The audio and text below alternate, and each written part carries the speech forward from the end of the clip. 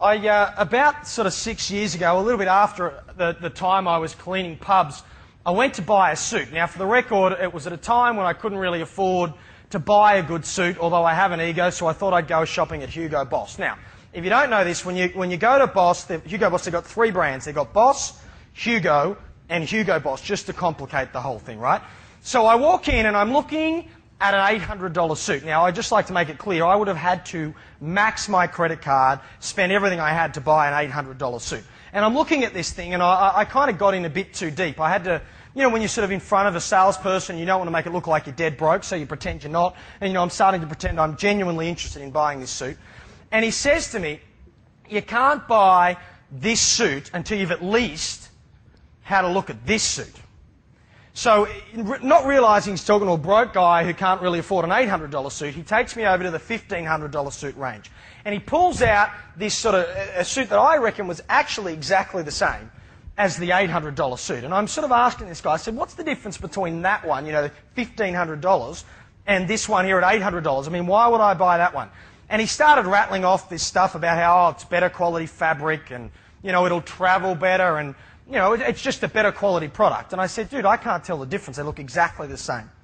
And we kind of did this back and forth thing a little bit. And at one point he stopped, he looked around the room, says to me, to tell you the truth, mate, neither can I.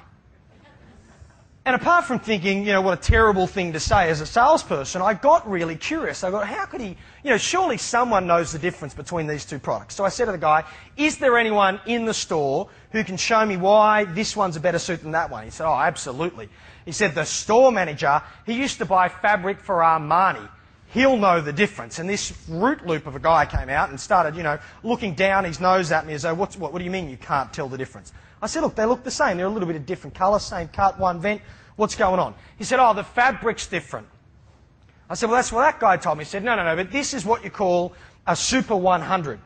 This is a Super 120, which I still have no idea what that actually means, right? He then went, and not only that, but this is like 330 grams per square metre, and this is 280 grams per square metre, and the less is better because it's lighter, you can wear it all year. And I'm like, yeah, whatever, but is that worth $700? He said, no, the real difference between this suit and that suit is stitching. I said, $700 worth of stitching? He said, yes. I said, I don't think I know anyone on the face of the planet, certainly not me, who could tell the difference. He looked at me, scoped me, and he said, look, buddy, I know you can't tell the difference. But he said, the people you want to do business with can.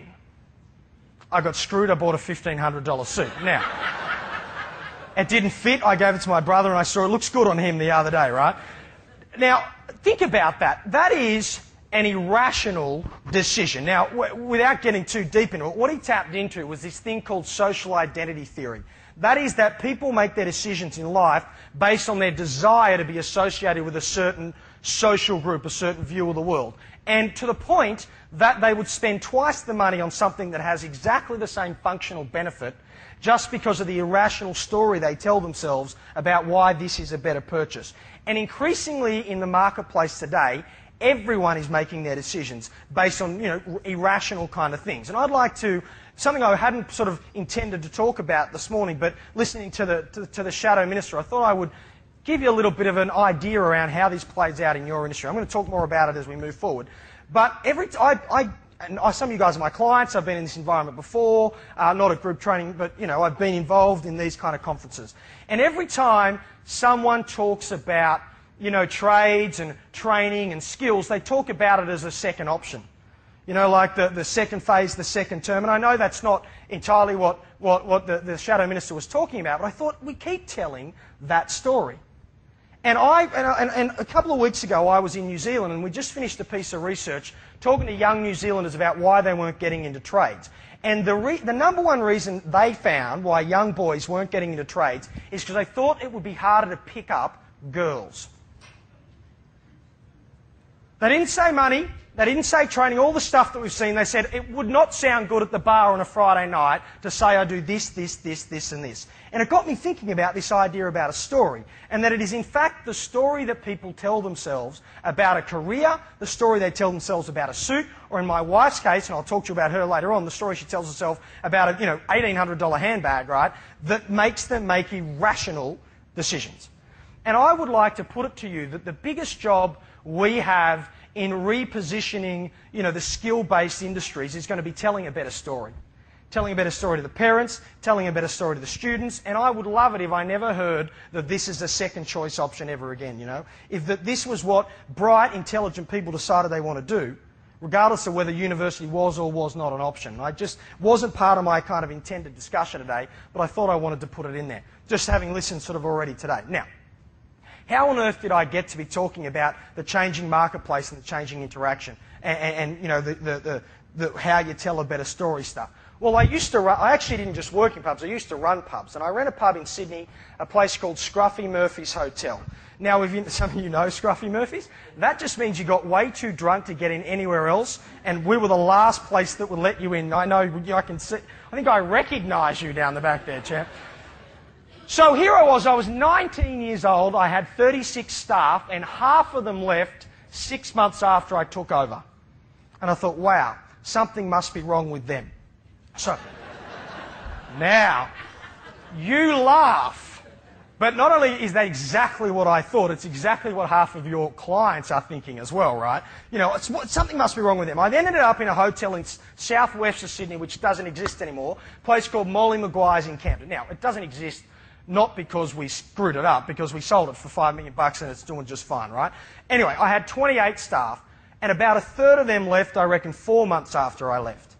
And rather than work out I was the common denominator between these two experiences, and that my control freak, power tripping management style meant my staff didn't like me and left, I honestly formed a view that young people today, and I mean my age and now and below, now I know I look 12, I'm not, I'll tell you a little later maybe, young people today don't understand what employer expectations are. So I thought, I'm going to set out on a mission to fix that challenge. I'm going to go into high schools and I'm going to talk to Year 9s, Year 10s, Year 11, Year 12 students about our needs, us as employers, but also the needs of your clients as employers, so they could learn to manage up. The whole, it's probably fair to say I was spectacularly unsuccessful because they're just as challenging today as they were sort of 7, 8 years ago, right? But I got into doing that, and I had an experience in a high school about an hour and a half south of Sydney on the coast in a place called Lake Illawarra High. And I was invited to, go and talk about employment stuff, which is not my topic of the day, but to talk to the teenagers about what you guys needed from them as their future bosses. Anyway, the school principal thought, it was such an important deal that they had some dude from the outside in that he would come and introduce me himself. And about halfway through his introduction, which I actually wrote for him, he launched into a motivational speech of his own.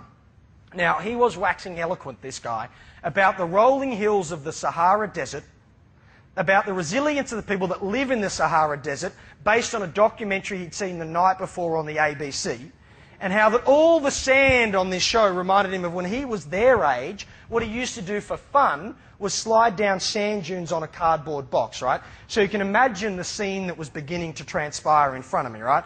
200, with maybe 160 of them going absolutely berserk, 40 of them fast asleep. The lady who booked me, beside herself. She was sitting at the back. She was kind of sinking further and further into her chair. He just kept going, couldn't resist. Comes up to me, I'm at the front of the room, and starts apologising to me why her boss is still going.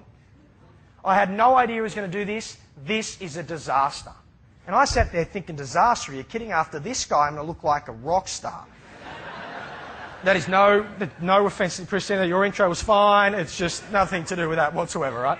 But it got me thinking that maybe it wasn't just a case of them not understanding us, but us not understanding them. So I then set out on the whole why thing, which some of you, I've actually worked with some of the organisations in the room. But what I noticed while doing the employer expectations of young people and educating employers about that stuff is, what I started to notice is the things they were demanding, not just as an employee, but also as a customer, because I work in the marketing space as well, right, was actually trending upwards. And it was this thing that marketers are now in Australia calling wannabe wise. That are people that are making their decisions in the way they behave as clients, in the way they behave as customers, in the way they behave as staff, that started with the younger population and trended upwards. Here is how you know if someone's a wannabe why. 1, the Ipod. Now, the Ipod was a product built, designed, marketed to people under the age of 25. Was it sub-25s that bought the first iPods, yes or no? No, it was $800. We were waiting for you to buy it for us for Christmas. It was Gen Xers desperately holding on to their youth that bought the first iPod, right? That's true, I know, right? 2, the WRX. Now, the WRX is for the fully sick boys that do laps at Westfields on a Friday night, right? Was it the fully sick teenagers that bought the WRX, yes or no? No, if you talk to Subaru, they'll tell you their target market is actually 40 to 43-year-old men in a midlife crisis that couldn't afford a Porsche. Who is guilty, by the way? It's my Scruffy Murphy's friend, I bet you know.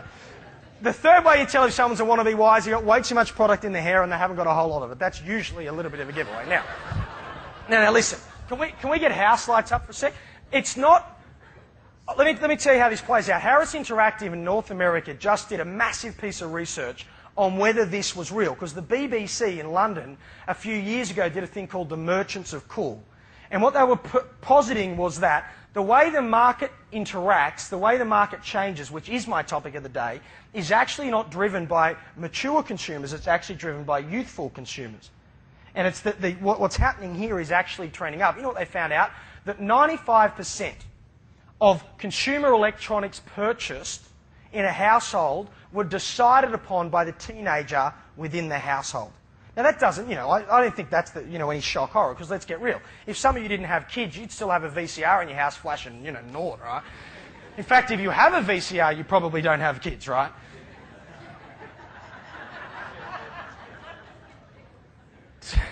Some of you feel, that was not a dig, that just came out the wrong way, all right? 2, they found that this one scares the crap out of me. They found out that about 92% of fashion purchased by the adult in the house had been not chosen, but influenced by the teenager within the household. That's why, I can see a whole lot of mums with midriffs on now, and, anyway, that was not a visualisation we needed at this time of the morning. But, oh, no. That's not where I was going. But do you get what I'm trying to say? So I'm trying to position why some of this stuff you might go, yeah, that's just young people. It's not. What I'm talking about today is increasingly the marketplace in general. And I would suggest that we almost need to change the way we do what we do. If we're going to forget about what we've done up until today. Isn't that what Jason said yesterday? I saw his quote on the thing. He said, Einstein said, and he kind of would know, that the level of thinking that got us to where we are today that created the problem is actually what Einstein says, won't solve the problem. Same deal. What I'm saying now, you might think, yeah, but that's just, we don't have clients that behave like that yet. This is about future-proofing. Flip is about future-proofing your organisation against where the market is going. Because if you react when the market gets there, you'll be behind, because by the time you catch up, they'll be 18 months ahead of where you are now. So some of this stuff might seem a little whacked out for you guys, but that's the idea. I mean, building Australia's skills is about innovation. Building Australia's skills is about putting us on the cutting edge. So I'd like to put some sort of cutting edge stuff to you today. It's called Flip because that's the title of my new book. You can't buy it, it's not out yet, so that's not a plug. You should totally buy it. You don't have to read it, but you should totally buy it when it does. And it's sort of about this new mindset. And I call it Flip because my clients that I've been doing this with feel like it's a bit counterintuitive. Let me give you an example. I am working with a client right now, and the advice we're giving them is that action precedes clarity. That they should actually decide, action precedes strategy is the way we put it. They should actually start doing stuff before they know what they should do. How do you reckon your average senior executive feels about that as a suggestion? Yeah, not take bugger that, right? However, if you look at what the best organisations are doing, that's exactly what they do. They throw a whole lot of mud at the wall, see what sticks, and then move in that direction. So, they're the sorts of things we're going to talk about. But before I do, what I want to do is spell out what I think are the major changes, what is actually driving these changes. So I'm going to get into that pretty quickly. By the way, for those of you that do know me, you know I am actually, I wasn't joking about being a power trip and control freak. I think the world revolves around me. So there's a very good chance I won't shut up between now and when I have to get off. If you want to ask a question, I might, but I'm unlikely to save 10 minutes at the end. Just yell it out. Honestly, let's have a bit of debate, because there's as much expertise in a room like this, more than you could ever invite on the platform. All right, 4 changes, 4 forces that are changing the world. The first one is compression. That is compression of time and space. That is, people think things should happen faster, and they think geographical restrictions are less and less relevant. Let me give you an example. A couple of years ago, I got into an elevator in a building in Sydney called Governor Macquarie Tower. I get in the lift, I'm in there with a young lawyer. Someone asked me once how I knew he was a lawyer. He had a lawyer shirt on. You know the pink ones with the white cuffs? Lawyer shirts, right? So we're in the lift, and have you ever noticed when you get into an elevator, you either, one, look at the floor, or two, you look at the little window. Yeah, you're doing it already. You look at the little window that told you what floor you got on in case you forgot, right? I used to think we did that because we're antisocial. No. Here's why I reckon we do it. I reckon we do it because we don't want to catch the eye of the person in the foyer who's giving us the hold the lift look. You know the one? Like, and you go, no, no, no, no, no. So I'm in the lift this day. Now, if you know, it's Governor Macquarie Tower. You can't even see the foyer. But this guy, we couldn't see him yet, but we could hear him in the foyer, was yelling out, "Hold the lift! Hold the lift!" I nearly, shock.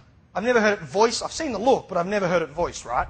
The young lawyer was well prepared. He'd clearly had this experience before. He yells back, "Yes, mate, I am." Closed door button. And I'm sitting there thinking, oh my gosh, could you not wait 6 seconds for that guy? You know what went through my head? I thought, you guys don't bill in 6-second increments now, do you? I mean, that's sort of very cheap joke, but I honestly thought that. Now, I actually used to think, he was young, I used to think that was just a generational thing. Turns out that it's not.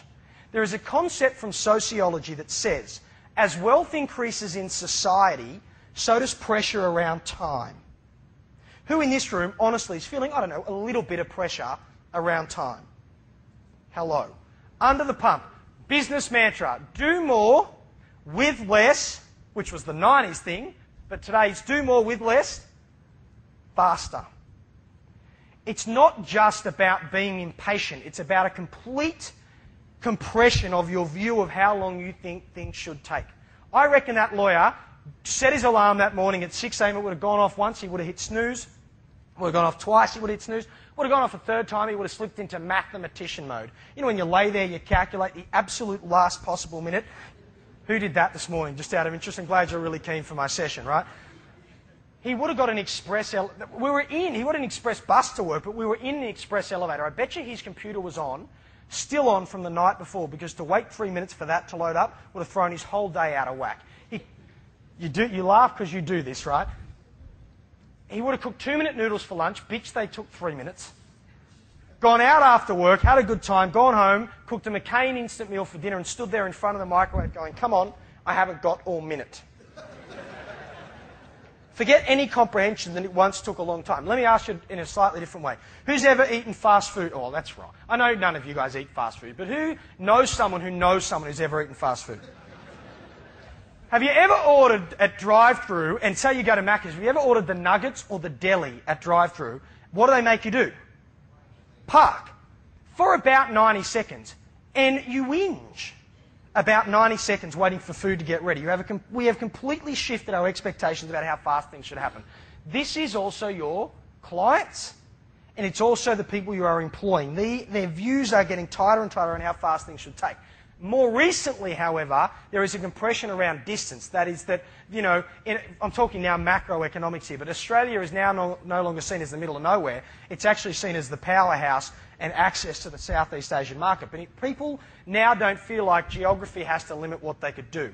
I run my business from a laptop in an airport. You could do it in a park with a decent third-generation, mobile card. I mean, geographical boundaries, time-based boundaries are breaking down.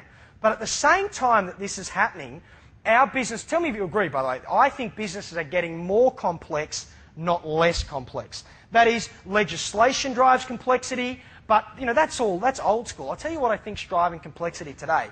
I think traditional relationships between action and result have changed. Let me give an example. I was in Perth last year. Here, there was an ad, not at this hotel, but I'm in Perth, and there was an ad in the newspaper that said, anyone with a heartbeat can apply. Once upon a time, I was dealing with lawyers yesterday. The Ally McBeal effect. Everyone used to want to be lawyers. They advertised for a job. 3 applications. She said, what happened? 5 years ago we put an ad in, we got 300 applications. Today we put an ad in, we get nobody. Think about my advertising clients. They used to do a 30-second slot. That's it. All you had to do was get a good ad with a good jingle and a decent message, put it in above the line things like print, radio, television, and you would build market share. It doesn't happen like that anymore. Increasingly in business, what we used to do that created a result is starting to change. And I'm going to give you some specific examples for your business that I think about that. I think the third one, accountability, we'll do really quickly. It would be fair to say that everyone is, a lot of people are looking to you to solve the skills problem. Is that a fair statement? The government's looking to you, your clients are looking to you, it's all kind of falling on our shoulder. However, here's the bit that I find really powerful. The Shadow Minister talked about the information and communications revolution, was I think the language that he used. The information and communications revolution is actually making businesses more accountable. Let me give an example. Anyone heard of YouTube? Okay, who hasn't? We'll have to do a session later on, you or me. A couple, that's all right. YouTube is a video site, a site where you upload video about just pointless, absurd stuff, right? Anyway, they sold it for $2 billion to Google. It's going well. It's what all young people spend hours on this thing, right? In fact, consumers, period, are spending hours on this. Here's what Mac has tried to do. Mac is a good example of people on the edge, but they thought, let's use this YouTube medium, this video website, to tell a better story for Mac. Let's go right back to point one, to tell a better story. So if you look at the ads they've been running in Australia, what have they been trying to say? Yeah, well, now health, but a couple of months ago, the Maccas you don't know. Let's tell you the truth about our beef. Bring your friends along. Well, they did a series of 7 videos that they uploaded onto YouTube and said, look at this. They call it the Maccas you don't know. I went and checked it out the other day. The most viewed one had 1,745 downloads. So 1,745 people had logged onto YouTube to learn about the Maccas they don't know. But there was a post above it, a video above it, that had 400,000 views. And I thought, wow, on Maccas, I thought, wow, that must have been a good video. So I watched it, but Maccas hadn't done the video. What had happened was, the show The Iron Chef? Just pretty high energy, it's this and that, and chefs are yelling, right? Anyway, this dude was watching it on his TiVo, which is no different to a Foxtel IQ box. You can actually record your television shows, right? And he noticed something funny happened in the show. He just felt like something had kind of, I don't know, a screenshot had dropped out, but it was too fast for him to actually comprehend what had happened. But he'd recorded it. So he, frame by frame, looked at what had happened. And it's got Iron Chef, Iron Chef, Iron Chef. And then, faster than the naked eye, faster than the conscious mind can comprehend, McDonald's had flashed a Macca's logo onto the thing and then flashed it back to the chef. So if you watch it at real time, you can't actually consciously tell it happened, but unconsciously you can. By the way, plenty of advertisers have been doing this to you for a while, right? However, this one was caught on tape. 400,000 people watched that. 1,745 watched what was good about you. Once upon a time as an employer, think about your own staff. Once upon a time as an employer, if someone had a bad experience, it's like going to a restaurant. If someone had a bad experience working for you or going to a restaurant, how many people did they tell? 10 to 11 research says 10 to 11 people get told if you have a bad experience. What if you had a good experience? 2 to 3. If you have a bad or a good, particularly a bad experience today, how many people do we tell? We tell 10 or 11, but they tell 10 or 11 and it's like virus, It spreads. The actual revolution is not just a powerful tool for you to get your message into the marketplace, it's also keeping you more accountable for the way you do what you do. So I think that's a big thing we've got to deal with. And the fourth one is expectations. Check this out. This appeared in USA Today in December last year. They surveyed people and asked them what they thought was, a nice to have, but they also asked people what they thought was an absolute necessity. You couldn't live life without it. 91% of people said they couldn't live life without a car. I would have said yes to that. 70% said they couldn't live life without home air conditioning. 49% said they couldn't live life without a mobile phone, a cell phone. Half. Hey, I would have said yes to that too. 64% said they couldn't live it without TV. 33% said they couldn't do it without, paid TV. 29% said they couldn't live without high-speed internet. This is the one that blows my mind. 5% said they couldn't live life without a flat-screen television. Now you go, yeah, but it's only 5%. If we did that survey again in 5 years, what would it say? be 50%. In fact, in 5 years it'll be 50% can't live life without a flat screen, 5% can't live life without 2 flat screens. And some of you are already guilty, you know. Our clients are constantly rising their expectations about what it should be like. Isn't that true? The scary thing in the Australian market right now is so are employees. So my question for you is, what mindset do we need to adopt in order to compete in a market that's driven by those 4 forces? How do we have to think? How do we have to approach business to deal with a world that's changing like that? I'd like to ask you a question. Traditionally, in not just this industry, but in all industries, traditionally, if you were to out-compete, out-innovate the competition, how would you do it? What were your kind of basic areas of competitive advantage? How do you do it? How do you do it better than everybody else? Guys, take your right hand, do this. No, seriously, take your right hand, do this, shake it around. It's a wanky speaker activity, I know, but do it anyway. Look, the CEO's doing it, you can do it. Now, take your shaking right hand, place it on the shoulder of the person next to you, shake them, say, wake up, we have to get involved in this session. Oh my gosh. Come on. How do you try to get your juice? I don't care how blooming many red wines you had last night, whatever, this is my session now. How do you do, when you go to the marketplace and say there's 2 group training providers trying to sell to the same client, what do you say about you to do? All right, so quality. We have a better quality apprentice. We have a better quality trainee. Quality. What else? Price. Service is kind of part of this 4th dimension, yep. What else you think in today? Just go back to the 4 forces of change. What about speed?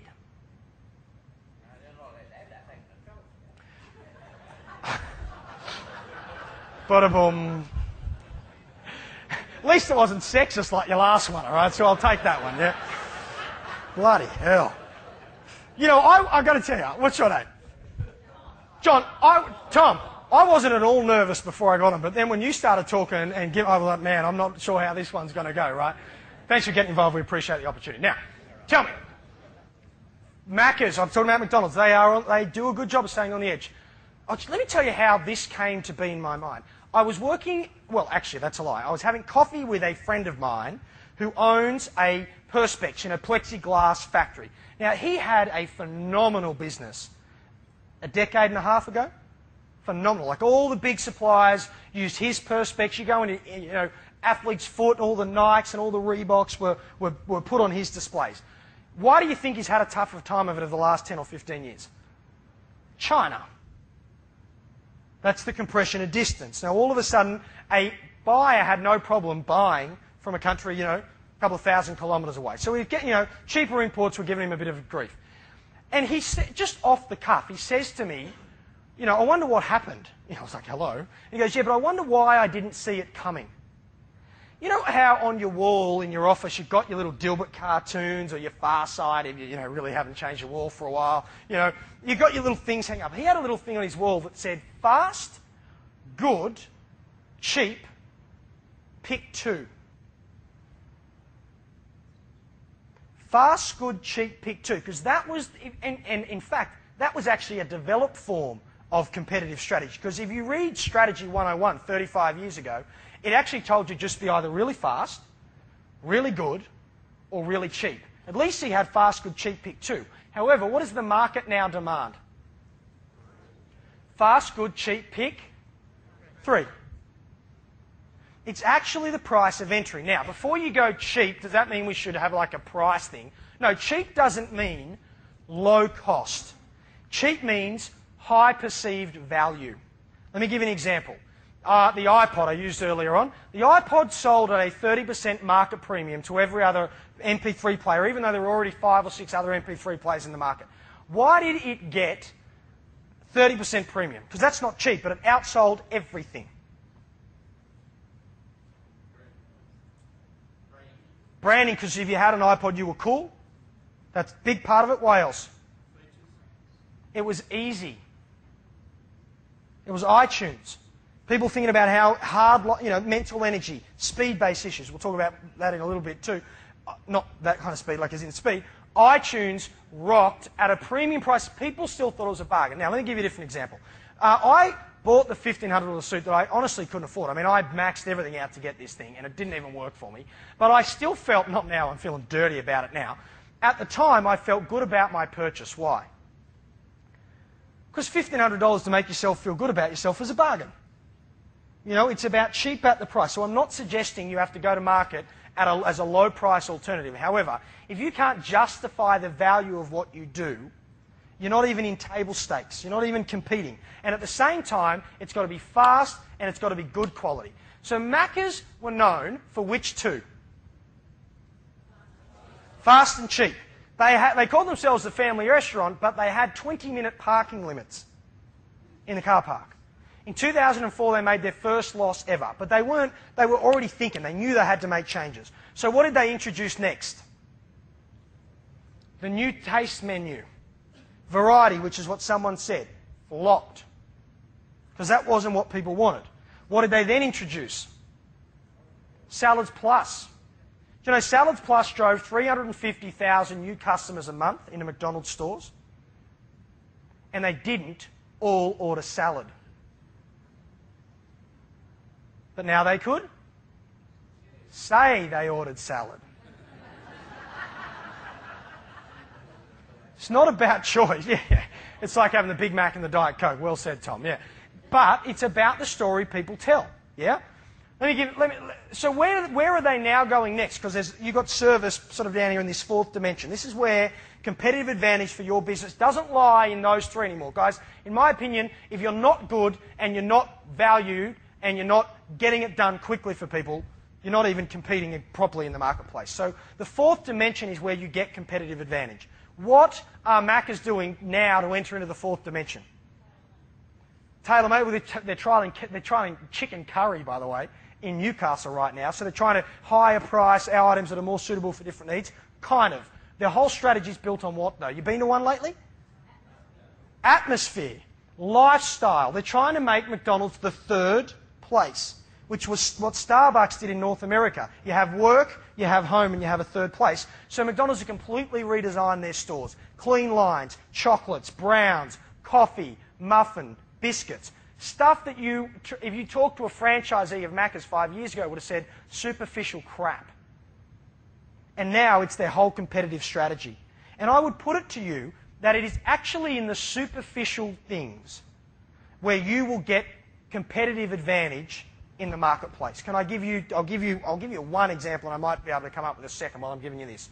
I did a job for a law firm about 3 years ago who had a really, really bad PR year. Because I'm talking about now the employment market, because you guys don't sell consumer products, you sell employment products, right? They had a really, really bad PR year. Effectively, they published to the world that they didn't care about their staff. Now, in a fairly aggressive and competitive space like law, which is exactly the same as the employment spaces you compete in, that was not a good move. So the thing was, what are we going to do to keep us as an attractive place to work? What are we going to do to keep our job offer acceptance rates up? Here's what they did. They completely redesigned the recruitment selection process. They didn't change their ads, didn't change their language, still went to market the same way, didn't up their salaries, nothing. What they did is they softened the interview process. So you walk into the interview room, and now they're getting people straight out of uni, right? You walk in an interview room, you have a buddy who started the same program the year before. The buddy sits down with you they changed one of their meeting rooms into a lounge. You sat on the lounge, there was an open fridge, free Coke, Diet Coke, whatever, coffee machine. It was a really nice kind of place. There were 3 or 4 other buddies with 3 or 4 other candidates going for the same clerkship, same cadetship, whatever, graduate program, right?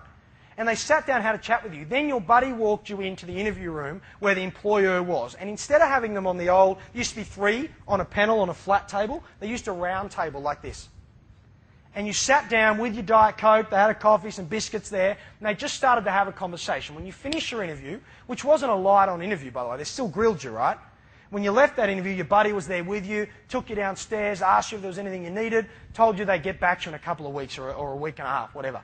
2 days before the offers went out, they got sent and got posted, they would text message you and go, hey, good news, we want you back for a second round. Give us a call, I'll give you the inside track, I'll tell you what to say, I'll tell you who the partner interviewing you is. met them same day, get in, lounge, same process, interview, gone, has a coffee with them a week later. So when job offers come out, because all the good candidates in that field get 6 or 7 job offers. It's like when you find a good, young, potential apprentice, everyone wants a piece of them.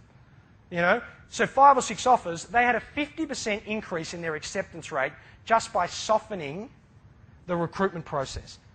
It wasn't about upping the price. They didn't offer the candidate more money. It wasn't about faster, because in that industry they regulate the times when offers, etc., can be made. And it wasn't about quality, because all national firms are exactly the same. It's the same, and in some ways it's the same with us. In the minds of the candidate, one employer is not a whole lot necessarily different to the next employer. And it'll be in this fourth area, whether you call it service, whatever, the experience people have with you, that will be the competitive advantage. I told you I'd give you 2. The year before last, I had the honour of doing a review of Defence Force recruitment. Could you imagine me in the defence, ministerial access, anywhere we wanted to go, me and 3 other people, we could have made a reality television show. So I'm in there talking about how I think defence could change to get more people in. I'm at Kapooka. You guys know where Kapooka is? In Wagga in New South Wales. It's like where they send the early army recruits. And I'm talking to this hard nut, army dude. Now, question. In apprenticeships, when do we lose the most people? Is it the first 6 months? Same. It's in those early phases that people opt out, and if you can get them past year 1 or year 2, they usually stick the process out, right? For these guys, same. You get them past the first 6 weeks, they sign a damn document that makes them stay through, right? Not that that really works, but they do. Anyway, he's bitching about Gen Y. He says, we've raised a generation who won't play football in the rain. This is what he's telling me. Yeah, stop, cotton, wool, I hear this every day, right? And I'm like, whatever. And he said, and they don't last, they don't even ask orientation program, they don't even ask induction, they leave in the first 6 weeks. And I made the suggestion, I said, have you ever thought of softening induction training? How do you think that went down? You listen to me, young man. One day we're going to have to tell this little whippersnapper to run over the hill into a machine gun. You better get used to doing what he's told now. Now, for the record, there is some truth in that, and there is some pretty good debates about what training should work in that environment, so I'm not going to get into that. However, what he's effectively done is bitch about how soft they are, and I put it to him, if that's what their experience has been, these guys haven't had a sleepover without a clown and a supervisor, And you bring them to Kapooka, where they've probably never been, right? In the middle of nowhere, you give them a 47-kilogram pack. You say, stick it on your back, go out bush bivouacking for 4 weeks, and if you don't die, you can join the club. Could I put it to you that the work I've done in trades is exactly the same? That we have a set of rules that sit below the surface that people have to meet before they get our respect. You're the milk and pie boy for your first 4 months. Or you're photocopying, love, that's your job, It's that kind of rule. And I would put it to you that what will distinguish one offer, one group training company maybe from another, will be in some of those really little things. The superficial things, not the big things as we move forward. One final example. In NZ, any of you guys ever sort of been involved in the same industries in New Zealand? In New Zealand, they have a 90+% now, in the last couple of years, completion rate for apprenticeships. Wasn't that before, I can assure you, but it is that now. You know what? They did 2 things. One, they shortened the length of the apprenticeship, which is about compression. Don't want to get into that conversation. 2, they employed mentors funded by the government to work with the trainee, with the apprentice. They didn't up the salaries, didn't change you still had to pass, you still had to have the same competencies, didn't lower the standards. They just put someone there to help them through the process. Sometimes it's the superficial things that make the biggest difference. Again, feel free to sort of jump in if you've got anything else. I'm going to get back to the rest of these flips now if I can. All right, so here is the first language flip. By the way, you've just had one before. It's called Fast, Good, Cheap, Pick. 3. Think and not or is the overarching one in my mind. I'll tell you why. Increasingly, clients don't just want this or that. They're not prepared to trade this and that. They want everything, yeah? It's like not fast or cheap, it's fast and cheap. The candidate says it's not just career opportunities and development, but also work-life balance. And it's a combination of these guys wanting both things. Now, I'm going to give you a couple of examples, but before I do, I want to show you a slide. I'm not going to do this. Some of you know I'm into this kind of stuff.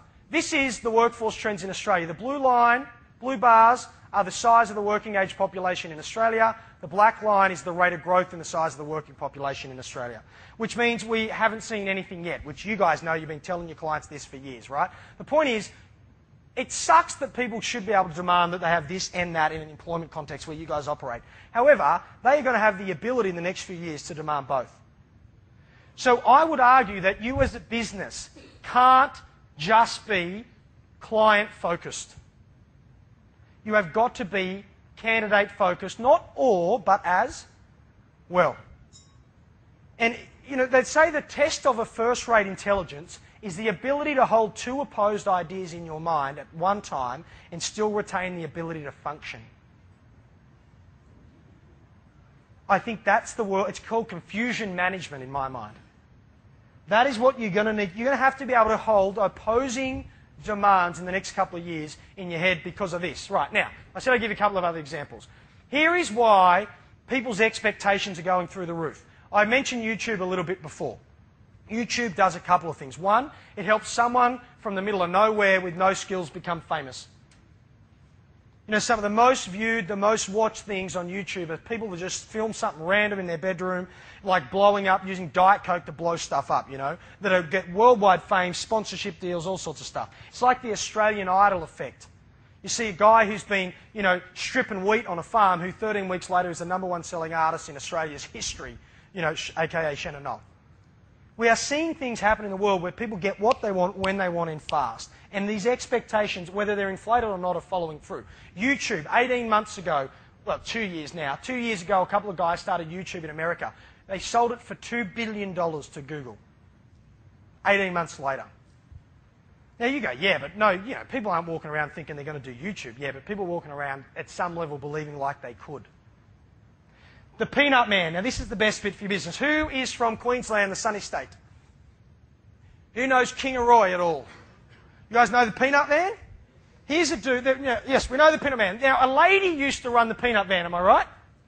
Yeah, she, you know, for years she sold peanuts in the peanut capital at the back of a caravan. Some guy who I met about a year and a half ago bought it from her for pretty much next to nothing. She got offered 5 times as much from someone else from out of town. She wanted to sell it to a guy in town. So he buys the Peanut Van.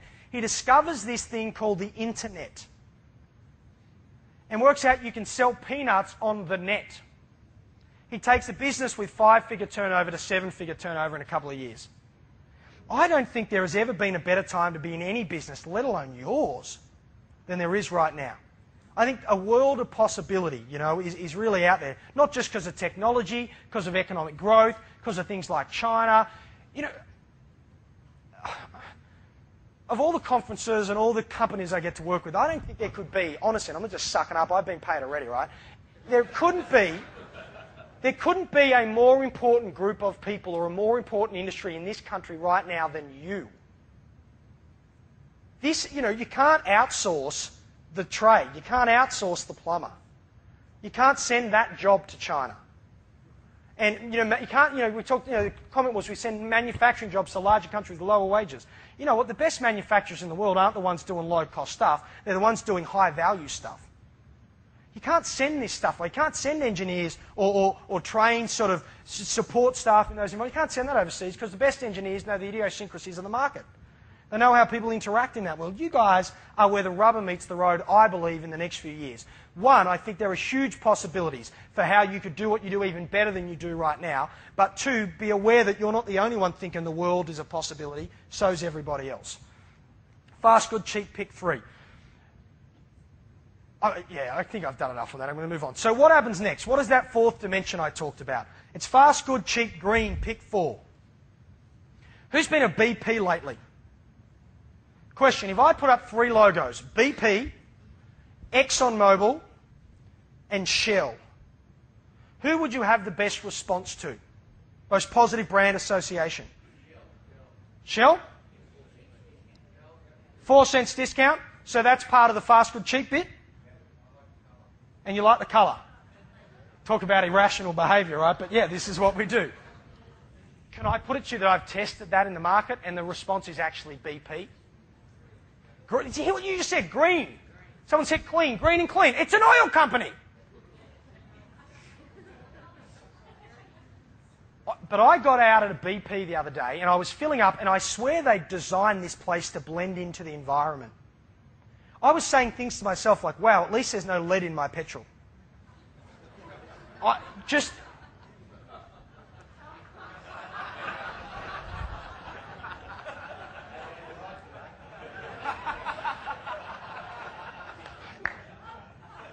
If Tom's here next year, I'm not coming back, all right?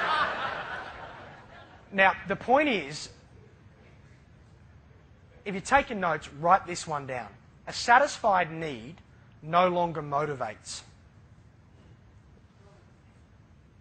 A satisfied need no longer motivates.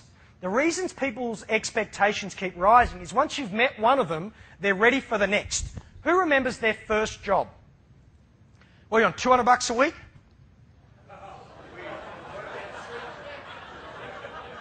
Tom, we're not all as old as you, brother, all right? $200 a week was my first job. I'm only a child. Now, I remember saying, do the equivalent numbers. I remember saying to myself, once I make 400, I'll be okay. Then you make whatever 400 metaphorically was. Oh, yeah, but once I make 600, then I'll be happy. You know, when I do this, I'll feel that. Once you get the need met, it no longer floats your boat the way you thought it would 6 months before. So right now, companies are doing a very good job competing on this idea of green.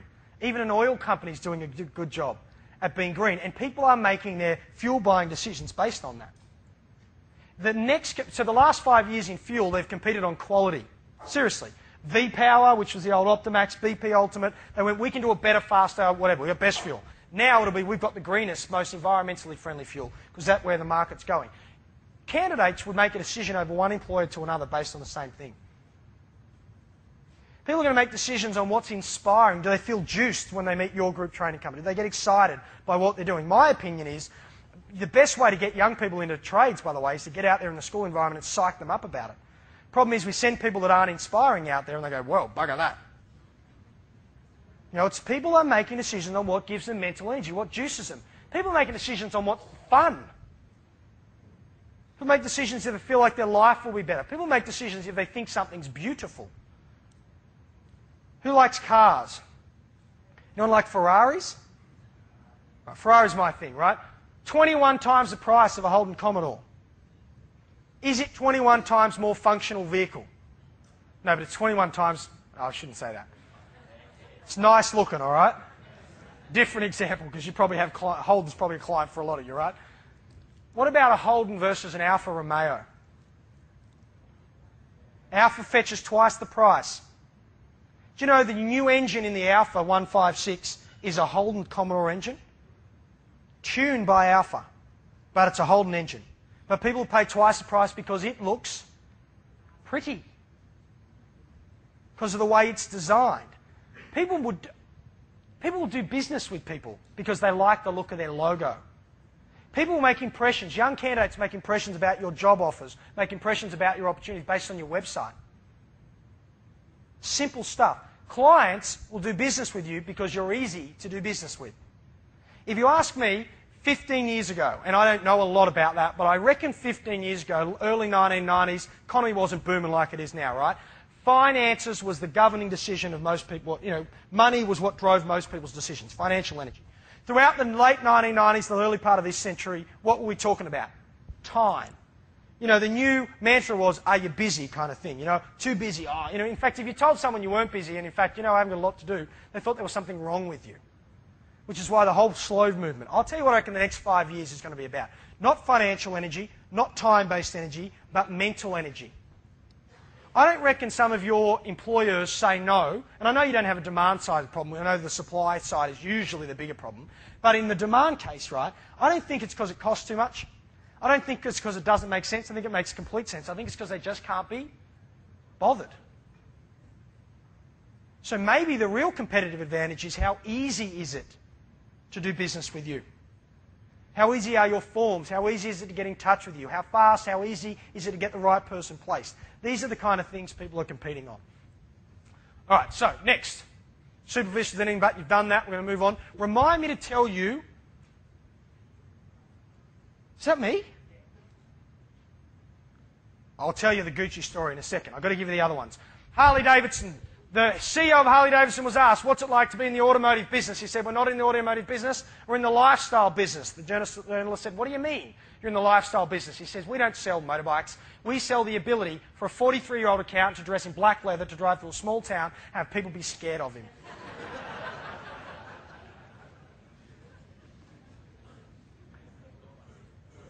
Final three flips, final three. This is the old again is new again flip. I can't believe I'm out of time. Business is personal. That has never changed and never will. People will do business with you because of the relationships you build. However, what's really cool today is that high tech is increasingly high touch. I was talking to a group of property developers and a guy that, well, the property industry, and a guy that heads a listed property trust says to me, I'm not coping with all this technology and the way people communicate. I said, what do you mean you're not coping with it? He said, it's my 15-year-old daughter. At which point I didn't think I really wanted to have the conversation with him, but I thought, you're a client, so I will. I said, what happened? He said, she came to me last night and said, Dad, I'm ready for a boyfriend. I said, if she said that at 15, she's 6 years late, you should be happy. He did not think that was at all funny, by the way. So I thought, well, what do I say next? I said, well, were you supportive? You know, did you tell her you had a gun collection, or were you nice about it? He said, no, I was nice about it. I said, what did you say? He said, I asked her if she'd met someone. She said, no. He said, well, is there someone that you sort of think you like? She said, no. He goes, is there someone that you think you'd like to meet, that you think if you met, you think you might like? No. What are you talking about? I'm just going to do a search, Dad. What? MySpace. Chrissy down the road, she's dating this guy from America. He sounds fantastic. I think I'll date an American. The blood runs from his face. I was like, dude, if I've got a 3-year-old daughter, I said, if she comes to me in 12 years and says, Dad, I'd like to date someone who's 10,000 miles away, I'll be over the moon. And what I had to explain to this guy is that for her, now, I'll back up 2 seconds. Remember, it's about trending upwards. Fastest growing segment of people using things like instant messenger-based technology, which if you don't know what that is, I can't help you at all, but is in this country is not young people. It's more mature people. The growth in the penetration of using the internet as a major form of communication is in the retirees, not just young people. He couldn't comprehend that this girl could start a relationship, not just nurture, but start a relationship online, and it would be just as real for her as the relationship he had at the blue light disco. Oh, that's probably a bit recent. The drive-in was for him, you know, right? Same kind of experience. And I would put it to you that you can service, because if you've got a client, if clients in the market, you know, the way the market's changing is getting more and more demanding, you don't have more and more time, do you? I mean, let's get real about it. You are trying to meet everyone's needs. So not only are you now client-focused, you're candidate-focused too. You can service brilliantly both the client group and the candidate group by making the most use of technology. If you read BRW 2 weeks ago, they had a great piece about how companies have cut email and meeting times by up to 70% by using things like instant messenger technology. Now, some of this might go, wow, that's completely new. I don't even know what you're talking about. That's the point. The cutting-edge companies are starting to tap into new ways of being personal, of connecting with other people. And I would hazard now, and you go, well, I don't know what to do. Just try anything. Get started, because one of the flips is that, by the way. One of the other ones, there is no wisdom in crowds. I'll be really fast. I know we did start a little bit late, right? There is no wisdom in crowds. No, we did start late. All right, I'm finishing, all right? I'll get off. I get the hint, right? Don't look for best practice in this room. Invent best practice. Be prepared to try some new stuff. Let action precede strategy. Get out there, try a few new things, look at new forms of communication, look at new ways to advertise, look at new ways to service clients. Just throw a whole lot of mud at the wall and see which stuff sticks. Because the only way you won't be relevant in the future is if you keep doing exactly the same thing you've done up until today. From me to you, I hope I continue the theme of the conference. We had a bit of a laugh, but I hope at least your mindset was pushed and shifted a little bit. Flipped would be a word I would use. Honoured to be here, humbled that you would listen. Take care.